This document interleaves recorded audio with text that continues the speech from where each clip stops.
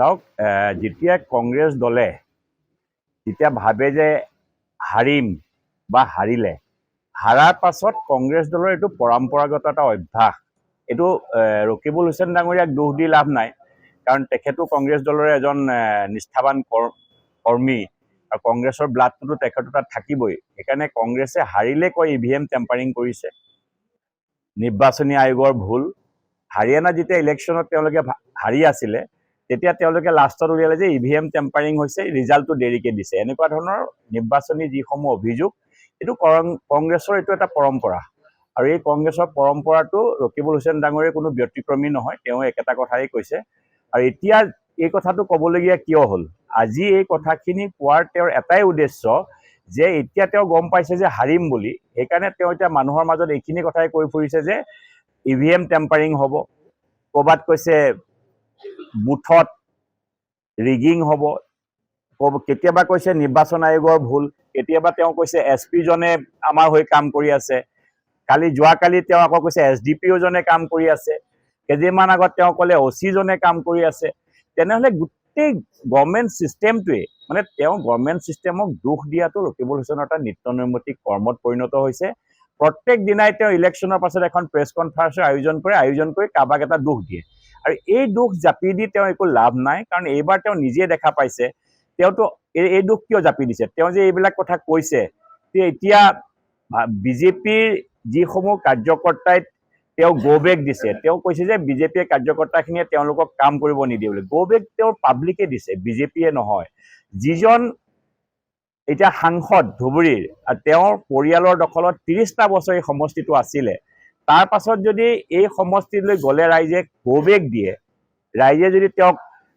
প্ৰত্যাহ্বান জনায় তেতিয়াহ'লে তাত কি বুজিব লাগিব তেওঁ নিজৰ ল'ৰাক বিধায়ক বনাবৰ কাৰণে তেওঁ দিনে নিশাই চেষ্টা কৰিছে কিন্তু তেওঁ যেতিয়া বিফল হৈছে তেওঁ এইবিলাক ব্লেম কেতিয়াবা ইলেকশ্যন কমিশ্যনক কেতিয়াবা ইভিএমক চাওক জোৰ জবৰদস্তি কোনোবা এটা দলত জইন কৰাই পেলাই লাভ আছে নেকি মানুহৰ আন্তৰিকতা নাথাকিলে কোনোবাই যদি ভাৰতীয় জনতা পাৰ্টিলৈ জইন কৰিছে তেতিয়াহ'লে তেওঁলোকে নিষ্ঠাৰে আহিছে আৰু দেখা পাইছে যে এইবাৰ পৰিৱৰ্তন হ'ব তেওঁলোক আহি জইন কৰিছেহি আৰু জইন কৰাজনক জোৰ জবৰদস্তি কৰি আমি ৰাখিব পাৰোঁ নেকি জোৰ জবৰদস্তি কেতিয়াও নকৰোঁ তেওঁ যিসমূহ কথা কৈছে জোৰ জবৰদস্তি তেওঁলোকে কৰে তেওঁহে মানুহক টোপ দিছে আমাৰ অফিচ খুলিছে তেওঁ মাতি নি পেলাই কৈছে 20,000 টকা দিম অফিচটো আমাক বনাই দে 30,000 টকা দিম অফিচ দে কিমান দিন পইচা দি পেলাই কিনিব পইচা দি কিনি আৰু ৰকিবুল হুছেইন ডাঙৰীয়াক মই আজি কৈছোঁ তেখেতে এতিয়া পইচা দি জাত পাতৰ ৰাজনীতি কৰি তেখেতে এটা টিভি লৈ ঘূৰি ফুৰিছে আমাৰ মুখ্যমন্ত্ৰী ডাঙৰীয়া এটা ভাষণ তেওঁ মিটিঙে দেখুৱাই ফুৰিছে গোটেই সমষ্টিবাসী ৰাইজে জানে যে তেওঁ কৈ ফুৰিছে মিয়াৰ ভোট নালাগে বুলি কৈছে ৰাইজ মিয়াৰ ভোট নিদিব মিয়াৰ ভোট নালাগে বুলি মুখ্যমন্ত্ৰী ডাঙৰীয়াই কোৱা কথাটো তেওঁ দেখুৱাই পেলাই কিয় থাকিব লাগে যদি মিয়াৰ ভোট নালাগে বুলি কোৱা যায় তেতিয়াহ'লে আমি ভোটৰ কাৰণে কিয় গৈছোঁ মিয়া মানুহৰ ওচৰলৈ আমি মুছলমান সমাজক কিয় ভোট বিচাৰিছোঁ যে এইবাৰ সামগ্ৰিক পৰিৱৰ্তন বিচাৰিছোঁ সেইকাৰণে বিচাৰিছোঁ এইবিলাক কথা কৈ তেওঁ আৰু এটা ডাঙৰ কথা কৈ ফুৰিছে প্ৰত্যেকখন মিটিঙত মহিলাসকলক তেওঁ কৈ ফুৰিছে যে মুছলমান মহিলাসকল বাচ্চা জন্ম দিয়া যন্ত্ৰ তেওঁ এই কথাটো বুজি পোৱা নাই বাকীখিনি কথা নকয় এইখিনি কথা তেওঁ শুনাই এইকাৰণে শুনায় মই এটা কথা কৈছোঁ মুছলমান মহিলাসকলক বাচ্চা দিয়া যন্ত্ৰৰ পৰা পৰিত্ৰাণ পাবৰ কাৰণে আমাৰ মুখ্যমন্ত্ৰী ডাঙৰীয়াই যিখিনি বলিষ্ঠ পদক্ষেপ লৈছে ইতিহাসত কোনো এজন মুখ্যমন্ত্ৰীয়ে লোৱা নাই আজি মুছলমান মহিলা সমাজক সবলীকৰণৰ কাৰণে আৰ্থসামাজিক দিশত তেওঁলোকক প্ৰতিষ্ঠা কৰিবৰ কাৰণে কম সময়ত বিয়া পাতি বহুত সন্তানৰ মাতৃ নহয় তেওঁলোকে নিজৰ স্বাস্থ্যক বচাবৰ কাৰণে যিসমূহ পদক্ষেপ আমাৰ মুখ্যমন্ত্ৰী ডাঙৰীয়াই লৈছে ইতিহাসত কোনজন মুখ্যমন্ত্ৰী ডাঙৰীয়াই আজিলৈকে লৈছে এই কথাখিনি মানুহৰ মাজত তেওঁ বুজাব নোৱাৰে এই কথাখিনি মানুহৰ মাজত গৈ তেওঁ বুজাব লাগে তাৰ সলনি আধা এটা কাট শ্বট এই যে আমাৰ টিভি বিলাকত যে আমাৰ যে এটা বাইট কাটি যে দেখুৱায় তেওঁৰ একচুৱেলি এটা চেনেলৰ মালিক যে তেওঁ সেইকাৰণে এই বুদ্ধিবিলাক পৰা জানে অলপ বাইটটো কাটি আধৰুৱা বাইট এটা মানুহক শুনায় পিছৰখিনি নুশুনায় যে মুছলমান মহিলাক বাচ্চা জন্ম দিয়া যন্ত্ৰৰ কিন্তু পাছৰখিনি কিয় নুশুনায় পাছৰখিনি শুনালেহে গম পাব সেইকাৰণে এই চব কৰি পেলাই মানুহৰ মাজত ভুৱা প্ৰচাৰ কৰি লাভ নাই ৰকিবুল হুছেইন ডাঙৰীয়াই যিমান চেষ্টা নকৰক তেওঁ সাম্প্ৰদায়িকতাৰ বিষ বাষ্প বিয়পক ৰাইজৰ মাজত এই টিভি লৈ ভাষণ কাটি টেইলৰিং বিলাক দেখুৱাই থাকক তেওঁ পইচাৰ প্ৰলোভন দিয়ক তেওঁ চাবিছত মুখ্যমন্ত্ৰী হ'ব গৌৰৱ গগৈ উপ মুখ্যমন্ত্ৰী হ'ব আমাৰ চৰকাৰ আহিলে চাই ল'ম বুলি তেওঁ প্ৰত্যেকজনক ধমকি দিয়ে মৌলানাক ধমকি দিয়ে ACMSৰ লিডাৰক ধমকি দিয়ে তাতকে আৰু কি থাকিলে? তাতকেতো ধমকি দি লাভ নাই, আমাৰ চৰকাৰ আহিলে চাই ল'ম। তেওঁৰ চৰকাৰ 2036ৰ পাছতো আৰু 20 বছৰমান লাগিব আহিবৰ কাৰণে। সেইকাৰণে আমি জীয়াই থাকিম নে নাথাকিম নাজানো। সেইকাৰণে মই কৈছো আমি জীয়াই থাকিম নে নাথাকিম নাজানো তেওঁৰ চৰকাৰখন দেখা পাবলৈ। কিন্তু তেওঁৰ চৰকাৰ যে নাহে আপুনি এইটো একদম ধূপ থাকক। বিজেপিয়ে জেলৰ পৰা গুণ্ডা উলিয়াই আনিব নালাগে। গুণ্ডা কংগ্ৰেছৰ লগতে আছে। কংগ্ৰেছী গুণ্ডাই আজি মানুহে দেখা পাই আছে তেওঁৰ দিনত কিমানখিনি উৎপাত উৎপীড়ন কৰিলে। যোৱাকালি এজন মৌলানাই মোক কৈছে, মৌলানাই কৈছে বিৰাট ভাল পাইছো, এইবাৰ এটা মই ডাঙৰ পৰিৱৰ্তন দেখিছো, মৌলানাসকল ওলাই আহিছে সাহসেৰে। কৈছে আগতে মৌলানাক যেতিয়া AYDFৰ মৌলানাসকলক যি বেয়া ব্যৱহাৰ কৰিছিলে, ৰাস্তাত দৌৰাই দৌৰাই নি তেওঁ মানুহৰ দাড়ি পৰ্যন্ত ছিঙি দিছিলে, সেয়াৰো আজি আমাৰ লগত ফুটেজ আছে, সেয়াৰো আমাৰ লগত পৰা সম্পূৰ্ণ প্ৰমাণ আছে। এইবিলাক কথা মানুহেতো দেখা থকা নাই নেকি? প্ৰত্যেকজন ব্যক্তি ওলাই আহিছে আৰু ৰকিবুল হুছেইন ডাঙৰীয়াক এইবাৰ লানি মিচিঙা পৰুৱাৰ দলৰ হিচাপে গোটেই চামগুৰিবাসী ৰাইজ ওলাই আহিছে স্বতঃস্ফূৰ্তভাৱে, মনেৰে ওলাই আহিছে আৰু পৰিৱৰ্তন বিচাৰিছে। 15 মাহৰ কাৰণে তেওঁ আৰু চামগুৰিত দ্বিতীয়জন ব্যক্তি বিচাৰি নাপালে। চবেই এইটো কথাকে কৈছে যে তেওঁৰ পৰিয়ালৰ কব্জাত ৰাখিবৰ কাৰণে চিটটো তেওঁ এজন কংগ্ৰেছী কৰ্মী বিচাৰি নাপালে। এজন দ্বিতীয়জন কংগ্ৰেছী কি নাছিলে?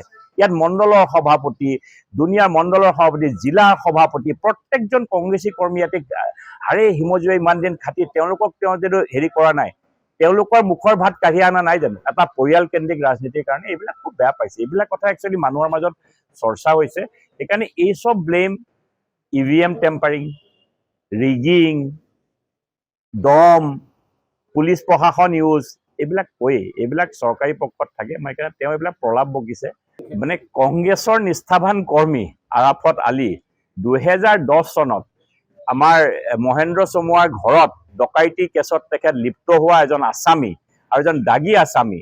আৰু দাগী আছামী পুলিচেতো ইলেকশ্যনৰ আগে আগে আনেই, তেওঁলোকৰ লগত ৰাখে, কাৰণ ইলেকশ্যনটো এটা শান্তিপূৰ্ণভাৱে কৰিবলৈতো পুলিচৰ ৰাইট আছে, আনিছে আৰু তেওঁৰ ফেভাৰত ক'ব লাগিছে। সেইকাৰণে তেওঁ দাগী আছামী, মাৰ্ডাৰাৰ, তেওঁৰ লগত যিসমূহ গৰু চোৰ, বহুত কেইজন গৰু চোৰ তেওঁৰ লগত ৰাখিছে।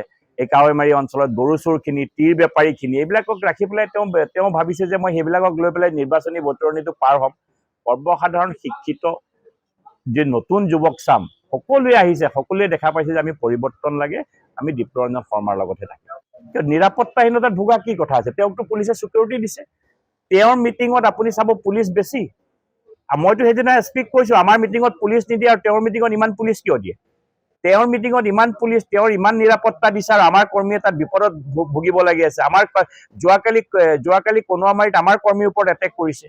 যোৱাকালি কনুৱামাৰীত আমাৰ কৰ্মীৰ আগত এটেক কৰিছে। বিজেপিৰ কৰ্মী মৃত্যু ঘটিছে। তাৰ পাছত আপুনি ক'ব নেকি যে কংগ্ৰেছক নিৰাপত্তা দি পেলাই আমাৰ বিজেপি? আমি এতিয়া চৰকাৰত আছো, এইবিলাক কথা ক'লে বেয়া হয়। চৰকাৰত আছো, আমাৰ নিৰাপত্তাৰ কথা ক'লে আমাৰ বেয়া হয়, কিন্তু বিজেপি কৰ্মীহে আঘাত হৈছে। ৰাইজৰ আৱেগ অনুভূতি বিজেপি কৰ্মীৰ প্ৰতি আছে। বিজেপি কৰ্মীয়ে মৃত্যুবৰণ কৰিছে, বিজেপি কৰ্মীয়ে মাৰ খাইছে, বিজেপি কৰ্মী হস্পিটেলাইজ হৈছে। এইবিলাক কথাটো কোনেও নকয়। ৰকিবুল হুছেইন ডাঙৰীয়া সদায় এটা কোলা চশমা পিন্ধি অকল কংগ্ৰেছীখিনি দেখা পায় আৰু তেওঁ EVM, পুলিচ, OC, SDPO এইচবক তেওঁ যি কথা ক'বলৈ হৈছে, এই কথাবিলাক চামগুৰিবাসী ৰাইজে এইবাৰ 13 তাৰিখে ইয়াৰ ভাল প্ৰত্যুত্তৰ দিব। চিন্তা কৰিব। ৰকিবুল হুছেইন ডাঙৰীয়াই প্ৰলাপ বকিছে। ৰকিবুল হুছেইন ডাঙৰীয়াই নেজানে যে ভাৰতীয় জনতা পাৰ্টীৰ আমাৰ অসমত আমি যোৱা লোকসভা নিৰ্বাচনত প্ৰায় 94খনত চিটত সংখ্যাগৰিষ্ঠতাৰে আমাৰ পাৰ্টি জিকিছে। এই সমষ্টিসমূহত কি তেওঁ ভাবিছে নেকি এই সমষ্টিসমূহত কংগ্ৰেছে কেতিয়াবা জিকিব পাৰিব বুলি? কংগ্ৰেছে অহাবাৰ ডাবল ডিজিট পাবৰ কাৰণেও চিন্তা কৰিব লাগিব। এইটো কথাত আপোনাক এতিয়াই মই কৈ থলো, এইটো 2026ৰ নিৰ্বাচন নহয়, মই সেইকাৰণে নকওঁ। কাৰণ তেওঁ এতিয়া 2026টো এইকাৰণে কৈ আছে, তেওঁ মানুহক কৈছে যে 2026ত মই মুখ্যমন্ত্ৰী হ'ম। কাৰণ আমাৰ চামগুৰি সমষ্টিত বহুত দুখীয়া মানুহ আছে নহয়, বুজি নাপায় নহয়। তেওঁলোকেতো আপোনালোকেতো পলিটিকেল ইকুৱেশ্যনবিলাক বুজি পায়। আপোনালোকে শিক্ষিত সমাজৰ মানুহ, আপোনালোকে ইণ্টেলেকচুৱেল মানুহ, আপোনালোকে বুজি পায়। কিন্তু আমাৰ যে চামগুৰি সমষ্টিত যিসমূহ ভোটাৰ আছে, এই ভোটাৰখনে কোনো পলিটিকেল এইবিলাক বুজি নাপায়। সেইকাৰণে তেওঁলোকে যদি ভাবে কিজানি মুখ্যমন্ত্ৰী হৈয়ে যায় ৰকিবুল হুছেইন, সেইবুলি ভয়তে এটা চামে ভোট নিদিব জানো? এই ভয় খুৱাবৰ কাৰণে তেওঁ কয় যে আমাৰ চৰকাৰ আহি আছে, আপুনি চাম। অফিচাৰবিলাকক দম দিয়ে। ACMSৰ এজন লিডাৰ, মই নাম নকওঁ, যদি তেওঁ বেছিকে কয় মই তেওঁৰ নামো কৈ দিম, কাৰণ মইতো নাম ক'বলৈ ভয় নকৰোঁ। আজিলৈকে যিখিনি কথা মোৰ বিষয়ে কৈছে মই তেওঁক প্ৰত্যুত্তৰ সদায় দিছোঁ আৰু মই কেতিয়াও চিন্তা কৰা নাই, কাৰণ তেওঁৰ প্ৰত্যেকটো বস্তু মই অনুসৰণ কৰি আছোঁ। 2016ত মই ইলেকশ্যন খেলাৰ পৰাই মই জানো, মই ক'বলৈ প্ৰয়োজন, কাৰণ প্ৰয়োজনটো তেওঁহে সদায় কৰায়। তেওঁ এইবিলাক কথা ক'বলৈ আজি তেওঁ কৈছে যে তানজিল হুছেইন ভাৰ্চেছ হিমন্ত বিশ্ব শৰ্মা ডাঙৰীয়া। হিমন্ত বিশ্ব শৰ্মা ডাঙৰীয়া বহুত ডাঙৰ নেতা। হিমন্ত বিশ্ব শৰ্মা ডাঙৰীয়া তানজিল হুছেইনে হিমন্ত বিশ্ব শৰ্মাৰ লগত ভাৰ্চেছ কৰিবলৈ এইটো জনম নহয় আৰু 100টা জনম ল'লেও নোৱাৰে। কাৰণ হিমন্ত বিশ্ব শৰ্মা অসমৰ কাৰণে নহয়, ভাৰতবৰ্ষৰ আজি ৰাজনৈতিক প্ৰেক্ষাপটত এজন বহুত উচ্চখাপৰ নেতা। তেওঁ নিজকে এইটো দেখুৱাইছে যে তেওঁ মানে তাৰো ওপৰত।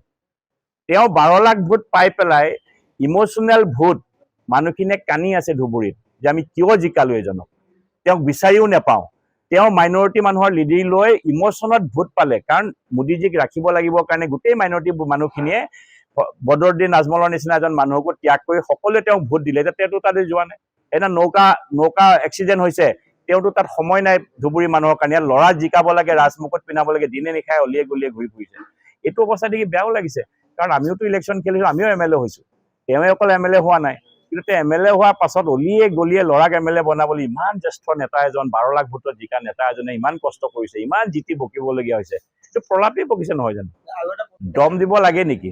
ৰঙাগড়া যিগৰাকী মহিলা পৰহি মোৰ ওচৰত আহি জইন কৰিলে, যোৱাকালি তেওঁ তালৈ যাওঁতে তেওঁ ওচৰলৈ গৈছে, গৈ পেলাই মানুহগৰাকীক মতাই আনিছে। মানুহগৰাকীয়ে ভাবিছে দাদা আগতে কংগ্ৰেছ কৰা, কংগ্ৰেছৰ মণ্ডল সভাপতিয়ে মাতিছে, তেওঁ তালৈ গৈছে।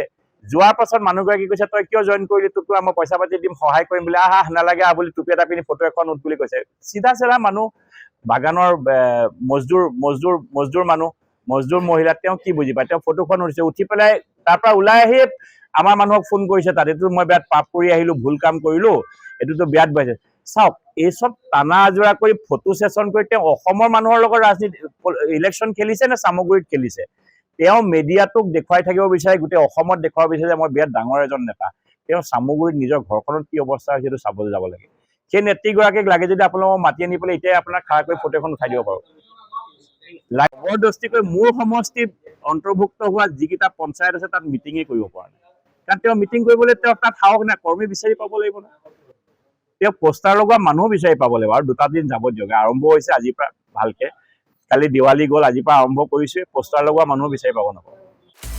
আপুনি বিচৰা বাতৰি পাব কেৱল নিউজ 18 এপত। নিউজ 18 এপ ডাউনলোড কৰিবলৈ স্কেন কৰক এই QR কোড। গুগল প্লে ষ্টৰতো পাব এই নিউজ 18 এপ।